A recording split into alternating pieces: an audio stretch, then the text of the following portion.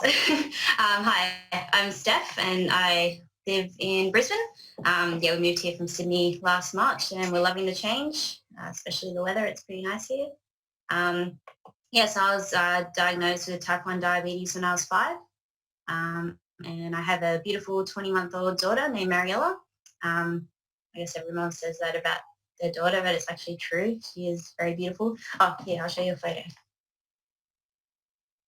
That's it. Yeah, so sorry in advance if you hear her in the background. It's her bedtime. Normally I do the bedtime, but my husband's doing it right now. um, yeah, so we had quite a bit of a roller coaster before we had her. We'd had 2 previous miscarriages. So yeah, when I found out I was pregnant with Mariella, I was very anxious. And so like the doctors didn't think my miscarriages were caused by my diabetes. They didn't know the cause, but yeah, I guess I still was worried about that. So I went on a insulin pump and CGM during my first pregnancy in 2015, and that helped me get much better control of my levels, and my HbA1c it was always around or between 5 and 7. So yeah, but I still worried every time I saw the line on my CGM graph going up. So yeah, I found it really helpful to see a psychologist who specialised in depression and anxiety in pregnancy.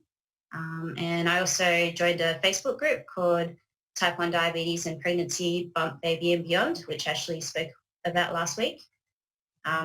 Yeah, I definitely find like I still learn so much from the women in that group. And I guess it helps me feel that I'm not alone.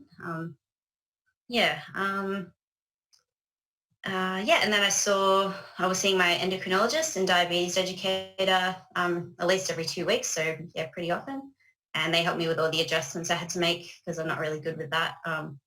So yeah, I kind of just trusted them to make the changes, especially early on because I was having a lot of pretty bad hypos. And I also had a great obstetrician. He had a good knowledge of type 1 diabetes and pregnancy, so yeah, if you can find one that knows a bit about it, then that would definitely be helpful. Yeah, so I was expecting to have my baby around 37 or 38 weeks, like most diabetic women do. But of course, things never happen the way you expect them to, and she ended up being 2 months preemie. Um, so Julie was talking earlier about preeclampsia, so I got that at 31 weeks.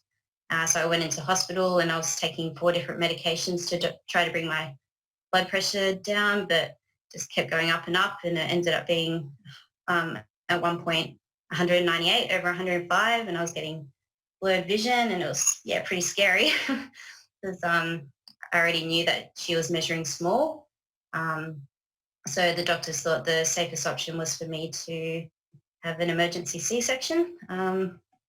And yeah, I had the steroid injections to help develop her lungs. So that made my blood glucose levels go a bit crazy. So yeah, that's definitely when you need the support of a good endocrinologist who can help you through that. Yeah, but she was born. She was 1.3 kilos, very tiny, but other than that, she didn't have any major health issues.